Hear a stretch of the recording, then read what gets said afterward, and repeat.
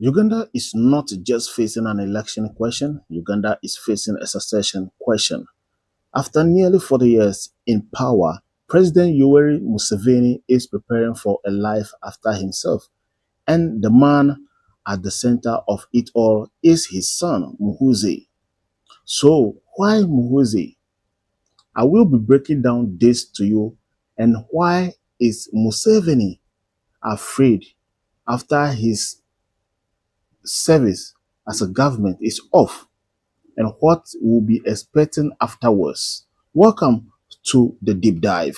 Now, today I'll be delving into the details of what we will be looking at the Museveni's term as a president in Uganda, and why Muhoozi is being pushed into the front of the political party instead of being a general in the army.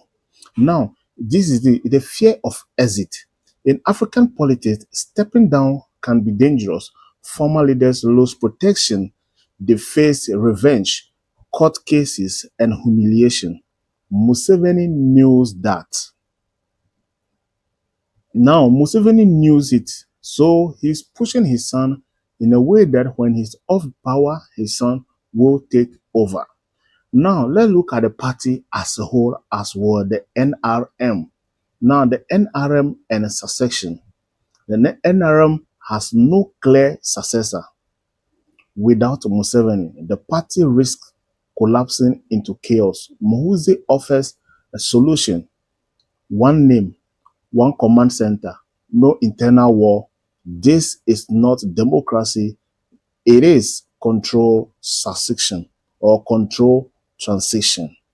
Now, let's look at the army factor as well when it comes to the Uganda politics and the rest. In Uganda, power does not come from the ballot alone, it comes from the gun. Muhoozi did not rise by accident. Special forces did not rise by accident. They rise by special forces. Now, Chief of Defense Forces. Museveni is securing the army before securing the presidency.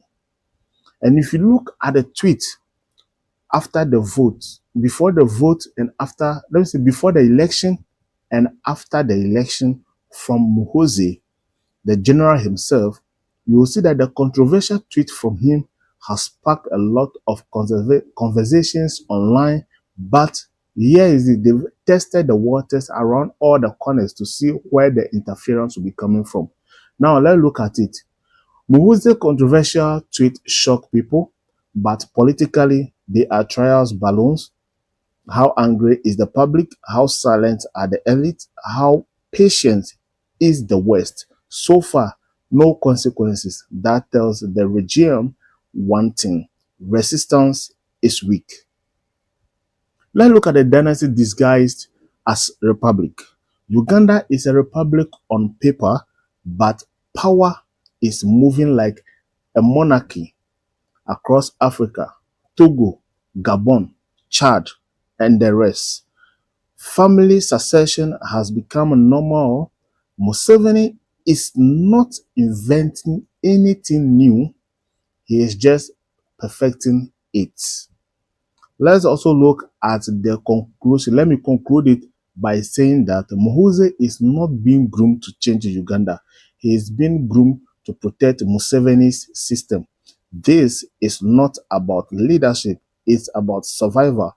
The real question is simple: will Ugandans accept a father to son handover of power?